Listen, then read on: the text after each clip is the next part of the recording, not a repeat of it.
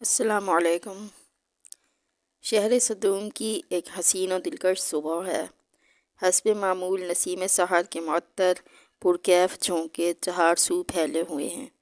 قدرتی حسن سے مالامال سرسبز و شاداب پہاڑیوں کے بیچ اس حسین و جمیل مہکتی وادی اور اس میں گنگناتی بل کھاتی شفاف نیلے پانی کی آبشاریں، گہری جھیلیں، اناج کے خوشوں کی سبز چادر سے ڈھکے میدان، انواع و اقسام کے پھلوں سے لدے باغات، گھنے جنگلات کے درختوں کے پتوں کی سرسراہٹ، شاخوں پر چہکتے پھرتے اپنے رب کی تسبیح پڑھتے رنگ برنگ پرند اور آسمان پر تیرتے سفید و بھورے بادلوں کی اوٹ سے جھانکتی سنہری روپہلی کرنیں ان مکینوں کی منتظر ہیں جو اس سعادت عظمیٰ سے محروم اپنے آشیانہ استراحت میں گہری نیند خواب خرگوش کے مزے لے رہے ہیں۔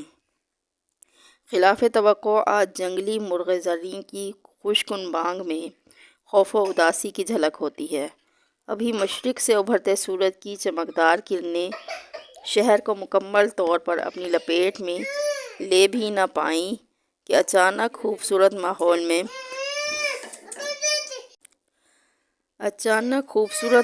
میں وحشت ناک خاموشی چھا گئی۔ پرندوں نے چہچہانا بند کر دیا، درختوں کی سرسراہٹ، آبشاروں جھرنوں کی گنگناتی آوازیں رک گئیں۔ باد صبا روٹھ کر واپس ہو گئی۔ ہیبت ناک خاموشی میں کتوں کے رونے کی آوازیں اور پرندوں کا خاموش ہو جانا کسی آنے والی آفت کا پیش خیمہ لگ رہا تھا۔ وادی پر گھٹا ٹوپ اندھیرے میں موت کا سناٹا چھا گیا۔ شہر کے باسی ابھی پوری طرح بیدار بھی نہ ہونے پائے تھے کہ اچانک کے خوفناک جھٹکے نے لمحوں میں سب کچھ ختم کر ڈالا۔ اللہ کے حکم سے روح الامین حضرت جبرائیل علیہ السلام نے اپنے ایک پر کی نوک سے پورے شہر کو اٹھا کر آسمان پر پہنچا دیا اور پھر پلٹ کر واپس زمین پر پٹخ دیا۔ اس طرح دنیا کی حسین و جمیل وادی زمین میں 420 میٹر اندر دھنس کر پانی کی تہہ میں غرق ہو گئی۔ یہ 5 خوبصورت شہروں کی ایک بستی تھی جس کا کوئی ایک فرد بھی زندہ نہ بچا، لیکن اللہ تعالیٰ نے اس عظیم شہر کے کھنڈرات کو مستقبل کے لیے عبرت کا نشان بنا کر محفوظ کر لیا، جیسا کہ قرآن پاک میں ارشاد ربانی ہے، اور ہم نے سمجھنے والوں کے لیے اس بستی میں ایک کھلی نشانی چھوڑ دی۔ صدوم شہر جو اب بحر لوط کہلاتا ہے، اس کے مغرب میں اسرائیل اور مشرق میں اردن واقع ہے۔ یہ علاقہ سطح سمندر سے 420 میٹر یعنی 1378 فٹ نیچے ایک گہری جھیل کی شکل میں ہے، جس کی لمبائی 67 کلومیٹر اور چوڑائی 18 کلومیٹر ہے۔ اس کے خاصے حصے میں پانی حد سے زیادہ نمکین ہے، جس میں کوئی جاندار زندہ نہیں رہ سکتا، اس لیے اسے بحر مردار کہا جاتا ہے، اور یہی شہر صدوم تھا۔ یہ علاقہ 5 اچھے اور بڑے شہروں پر مشتمل تھا۔ صدوم ان شہروں کا دارالحکومت اور مرکز سمجھا جاتا تھا۔ حضرت لوط علیہ السلام کا قیام اسی سرزمین پر تھا۔ حضرت لوط علیہ السلام کے والد کا نام ہاران تھا اور یہ حضرت ابراہیم علیہ السلام کے بھتیجے تھے۔ ان کا بچپن حضرت ابراہیم علیہ السلام کے زیر سایہ گزرا۔ حضرت لوط علیہ السلام اور حضرت سارہ علیہ السلام ملت ابراہیمی کے پہلے مسلم اور سابقون الاولون میں سے تھے۔ یہ حضرت ابراہیم علیہ السلام کی ہجرتوں میں ہمیشہ ان کے ساتھ رہے۔ تورات میں ہے کہ مصر میں قیام کے دوران ان کے اور حضرت ابراہیم علیہ السلام کے پاس دیگر ساز و سامان کے علاوہ مویشیوں کے بڑے بڑے ریوڑ بھی تھے۔ دونوں کے چرواہوں اور محافظوں کے درمیان عموماً کشمکش رہتی، چنانچہ باہمی رضامندی سے دونوں نے یہ فیصلہ کیا کہ حضرت لوط علیہ السلام مصر سے ہجرت کر کے مشرقی اردن کے علاقے صدوم اور عامورہ چلے جائیں اور وہاں دین حنیف کی تبلیغ کریں، اور حضرت ابراہیم علیہ السلام واپس بیت المقدس چلے جائیں۔ حضرت لوط علیہ السلام اپنا ساز و سامان اور مویشیوں کا ریوڑ لے کر صدوم کی سرسبز و شاداب زمین میں بس گئے تو دیکھا کہ وہاں کے باشندے تو فواحش اور مصیبتوں میں اس قدر مبتلا ہیں کہ الامان والحفیظ، دنیا کی کوئی برائی ایسی نہ تھی جو ان میں موجود نہ ہو۔ دیگر بدترین عیوب و فواحش کے علاوہ یہ قوم ایک نہایت غلیظ عمل کی موجد بھی تھی، جسے آج کی جدید دنیا ہم جنس پرستی کے نام سے جانتی ہے۔ یہی وہ بدبخت قوم ہے جس نے یہ ناپاک فعل بد ایجاد کیا۔ زیادہ خباثت اور بے شرمی کی بات یہ تھی کہ یہ لوگ علی الاعلان فخر و مباحات کے ساتھ یہ بدکاری کرتے تھے۔ قوم لوط کی بدکرداری، سیاہکاری اور جرائم پیشہ ذہنیت کا ایک واقعہ بیان کرتے ہیں کہ ایک دفعہ بی بی سارہ نے اپنے گھر کے خادم خاص کو حضرت لوط علیہ السلام کی خیر خبر کے لیے صدوم بھیجا۔ بستی میں داخل ہوتے ہی ایک شخص ملا اور ملتے ہی ایک پتھر مار کر اس کا سر پھاڑ دیا، جس سے بہت سا خون بہنے لگا، اور ساتھ ہی اس شخص کو پکڑ کر کہنے لگا، یہ خون اگر تیرے بدن میں رہتا تو تجھے بہت سی بیماریوں میں مبتلا کر دیتا۔ میں نے اسے نکال کر تیرا بھلا کیا ہے، اب مجھے اس تعاون کا معاوضہ ادا کر۔ لحاظ تو یہ سن کر دنگ رہ گیا، ایک تو چوری، اوپر سے سینہ زوری۔ بحث و تکرار شروع ہو گئی اور معاملہ قاضی تک پہنچ گیا۔ قاضی نے مقدمہ سننے کے بعد فیصلہ دیا کہ اگر یہ تیرا سر نہ پھاڑتا تو تیرا بہت نقصان ہوتا، چنانچہ تجھے اس کا معاوضہ ادا کرنا ہوگا۔ لحاظ یہ غیر منصفانہ فیصلہ سن کر ہکا بکا رہ گیا۔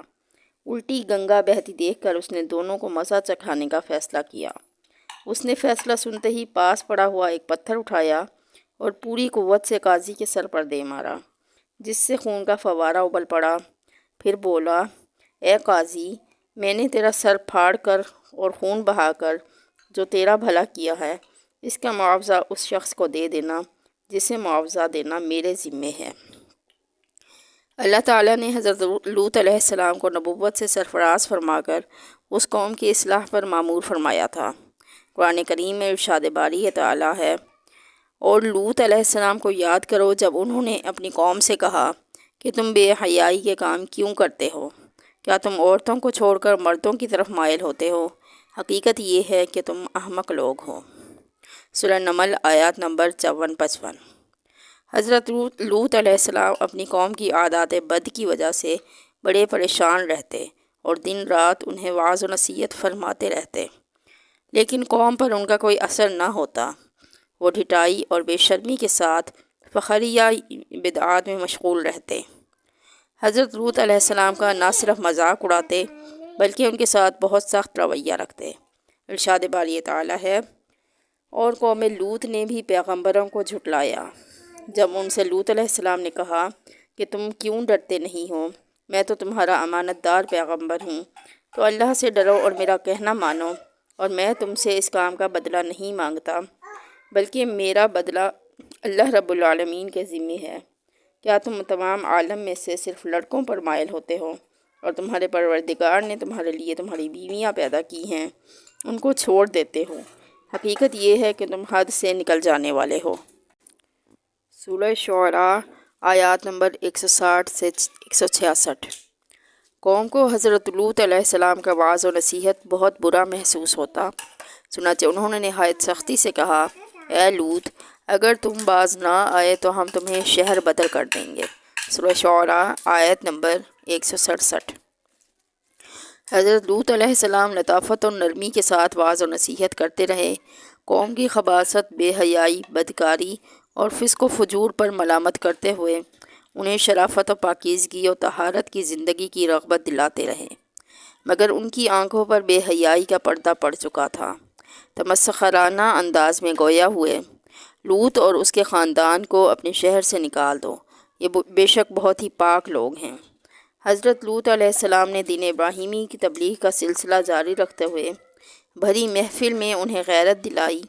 اے قوم کے لوگوں، کیا تم ہی وہ نہیں ہو کہ تم مردوں سے بدعملی کرتے ہو اور لوگوں کی راہ مارتے ہو اور اپنی مجلسوں میں ناپسندیدہ کام کرتے ہو؟ ان کی قوم کے لوگ جواب میں بولے، اے لوط، اگر تم سچے ہو تو تم ہم پر عذاب لے آؤ۔ سورہ عنکبوت آیت نمبر 29۔ اس مطالبے کے بعد حضرت لوط علیہ السلام کو یقین ہو گیا کہ اب یہ راہ راست پر آنے والے نہیں، چنانچہ بے بسی کے عالم میں رب ذوالجلال کے حضور دعا کے لیے ہاتھ پھیلا دیے، اے میرے پروردگار، ان مفسد لوگوں کے مقابلے میں مجھے نصرت عطا فرما۔ اللہ تعالیٰ نے اپنے نبی علیہ السلام کی دعا قبول فرمائی، اور اپنے خاص فرشتے دنیا کی جانب روانہ کیے۔ علامہ عماد الدین ابن کثیر مفسرین کے حوالے سے فرماتے ہیں کہ یہ فرشتے حضرت جبرائیل علیہ السلام، حضرت میکائیل علیہ السلام اور حضرت اسرافیل علیہ السلام تھے، جو انسانی شکل میں دنیا میں آئے تھے۔ وہ سب سے پہلے حضرت ابراہیم علیہ السلام سے ملے اور انہیں بیٹے کی پیدائش کی خوشخبری سنائی۔ اللہ تعالیٰ نے سورہ ذاریات میں اس ملاقات کی تفصیل بیان فرمائی ہے۔ حضرت صدی رحمۃ اللہ علیہ فرماتے ہیں کہ فرشتے حضرت ابراہیم علیہ السلام سے ملاقات کے بعد حضرت لوط علیہ السلام کی بستی پہنچے تو دوپہر کا وقت تھا۔ صدوم شہر کے دروازے پر ہی ان کی ملاقات حضرت لوط علیہ السلام کی صاحبزادی سے ہو گئی، جو وہاں پانی بھرنے پہنچی تھیں۔ فرشتوں نے لڑکی سے پوچھا، ہم یہاں کہیں ٹھہر سکتے ہیں؟ لڑکی نے جواب دیا کہ آپ اس جگہ رکے رہیں، میں واپس آ کر بتاتی ہوں۔ در حقیقت لڑکی کو اس بات کا ڈر ہوا کہ اگر یہ قوم کے ہاتھوں لگ گئے تو قوم ان کے ساتھ لازماً برا سلوک کرے گی، کیونکہ تینوں فرشتے خوبصورت نوعمر لڑکوں کے روپ میں تھے۔ لڑکی نے گھر پہنچ کر والد کو صورتحال سے آگاہ کیا۔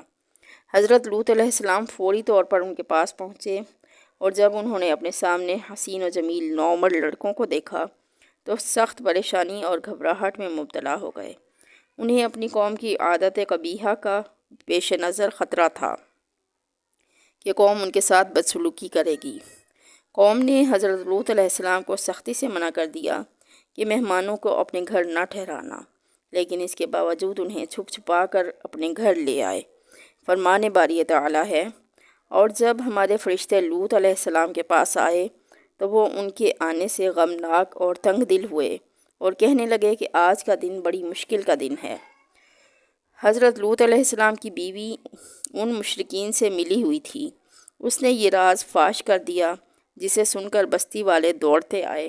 اللہ تعالیٰ فرماتا ہے، اور لوط علیہ السلام کی قوم کے لوگ ان کے پاس بے تحاشا دوڑتے ہوئے آئے، اور یہ لوگ پہلے ہی سے فعل بد کیا کرتے تھے۔ لوط علیہ السلام نے کہا کہ اے قوم، یہ میری قوم کی بیٹیاں ہیں، یہ تمہارے لیے پاک ہیں، تو اللہ سے ڈرو اور میرے مہمانوں میں مجھے بے آبرو نہ کرو۔ کیا میں تم کو کوئی ایک بھی شائستہ آدمی نہیں؟ کیا تم میں کوئی بھی ایک شائستہ آدمی نہیں؟ وہ بولے، تمہیں معلوم ہے کہ تمہاری قوم کی بیٹیوں کی ہمیں کچھ حاجت نہیں، اور جو ہماری غرض ہے اسے تم خوب جانتے ہو۔ حضرت لوط علیہ السلام نے کہا، اے کاش مجھ میں تمہارے مقابلے کی طاقت ہوتی یا کسی مضبوط قلعے میں پناہ پکڑ سکتا۔ سورہ ہود آیت نمبر 80۔ وہ بولے، کیا ہم نے تمہیں سارے جہان کی حمایت اور طرفداری سے منع نہیں کیا تھا؟ سورہ ہجر آیت نمبر 70۔ مفسرین لکھتے ہیں کہ لوگوں کا ازدحام دیکھ کر حضرت لوط علیہ السلام نے گھر کا دروازہ بند کر لیا اور ان نوجوانوں کو ایک کمرے میں چھپا لیا۔ بدکاروں نے آپ کے گھر کا گھیراؤ کیا ہوا تھا۔ ان میں سے کچھ گھر کی دیوار پر چڑھنے کی کوشش کر رہے تھے تاکہ گھر کے اندر کود سکیں۔ حضرت لوط علیہ السلام اپنے مہمانوں کی عزت کے خیال سے بہت زیادہ گھبراہٹ، پریشانی اور بے چارگی میں مبتلا نظر آئے۔ فرشتے یہ سب دیکھ رہے تھے۔ جب انہوں نے ایک طرف حضرت لوط علیہ السلام کی بے بسی اور پریشانی دیکھی اور دوسری طرف نشے میں بدمست لوگ دیوانہ وار گھر کے اندر گھسنے کے لیے بےتاب نظر آئے، تو فرشتوں نے حقیقت سے پردہ اٹھاتے ہوئے حضرت لوط علیہ السلام کو مخاطب کیا، اے لوط علیہ السلام، ہم آپ کے رب کے بھیجے ہوئے فرشتے ہیں۔ یہ لوگ ہرگز آپ تک نہیں پہنچ سکیں گے۔ کچھ رات باقی رہے تو اپنے گھر والوں کو لے کر چل دو، اور تم میں سے کوئی شخص پیچھے مڑ کر نہ دیکھے، مگر سوائے تمہاری بیوی کہ جو آفت اس قوم پر پڑے گی وہی اس پر بھی پڑے گی۔ عذاب کے وعدے کا وقت صبح کا ہے، جو اب زیادہ دور نہیں ہے۔ سورہ ہود آیت نمبر 81۔ مفسرین لکھتے ہیں کہ حضرت لوط علیہ السلام حقیقت حال جان کر مطمئن ہو گئے اور اپنے اہل خانہ کے ساتھ رات ہی کو نکل کھڑے ہوئے۔ بیوی بھی ان کے ساتھ تھی، لیکن کچھ دور جا کر وہ واپس اپنی قوم کی طرف پلٹ گئی اور قوم کے ساتھ عذاب الہی کا شکار ہوئی۔ حضرت لوط علیہ السلام کے خاندان میں صرف 2 بیٹیاں تھیں اور کوئی مرد نہ تھا۔ چنانچہ وہ دونوں بچیوں کو لے کر بستی سے چلے گئے۔ ارشاد باری تعالیٰ ہے، اور انہوں نے لوط علیہ السلام سے ان کے مہمانوں کو لینا چاہا تو ہم نے ان کی آنکھیں اندھی کر دیں۔ یہ قوم لوط پر آنے والے عذاب کی شروعات تھی۔ اس کی تفسیر کنز الایمان میں یوں بیان کی گئی ہے کہ جب قوم لوط کے افراد بڑی تعداد میں دروازے پر پہنچے تو فرشتوں نے حضرت لوط علیہ السلام سے کہا کہ آپ انہیں گھر میں آنے دیں۔ جیسے ہی وہ گھر میں داخل ہوئے تو حضرت جبرائیل علیہ السلام نے ایک دستک دی جس سے وہ فوراً اندھے ہو گئے اور آنکھیں ایسی نادیدہ ہو گئیں کہ نشان بھی باقی نہ رہا۔ چہرے سپاٹ ہو گئے، حیرت زدہ مارے مارے پھرتے تھے، دروازہ ہاتھ نہ آتا تھا۔ حضرت لوط علیہ السلام نے انہیں دروازے سے باہر کیا، کہتے جاتے تھے ہائے ہائے لوط کے گھر میں بڑے جادوگر ہیں، انہوں نے ہم پر جادو کر دیا۔ فرشتوں کی ہدایت پر حضرت لوط علیہ السلام اپنی بچیوں کو لے کر نکل گئے۔ اب اصل عذاب شروع ہونے کو تھا۔ اللہ تعالیٰ نے قرآن مجید میں فرمایا، پھر جب ہمارا حکم آیا تو ہم نے اس بستی کے اوپر کو اس کا نیچا کر دیا اور اس پر کنکر کے پتھر لگاتار برسائے جو نشان کیے ہوئے تیرے رب کے پاس ہیں، اور وہ پتھر ظالموں سے کچھ دور نہیں۔ سورہ ہود آیات نمبر 82-83۔ حضرت جبرائیل علیہ السلام نے قوم لوط کے شہر جس خطہ زمین پر تھے اس کے نیچے اپنا بازو ڈالا اور ان 5 شہروں کو جن میں سب سے بڑا سدوم تھا اور ان میں 4 لاکھ نفوس بستے تھے اتنا اونچا اٹھایا کہ وہاں کے کتوں اور مرغوں کی آوازیں آسمان پر پہنچنے لگیں، اور اس آہستگی سے اٹھایا کہ نہ تو کسی برتن کا پانی گرا اور نہ کوئی سونے والا بیدار ہوا، اور پھر اس بلندی سے ان کو اوندھا کر کے پلٹا دیا، اور پھر ان پر جو پتھر برسائے ان پر ایسا نشان تھا جس سے وہ دوسروں سے ممتاز تھے۔ قتادہ رحمۃ اللہ علیہ نے کہا ہے کہ ان پر مہریں لگی ہوئی تھیں۔ ایک قول یہ بھی ہے کہ جس پتھر سے جس شخص کی ہلاکت منظور تھی اس کا نام اس پتھر پر لکھا ہوتا تھا۔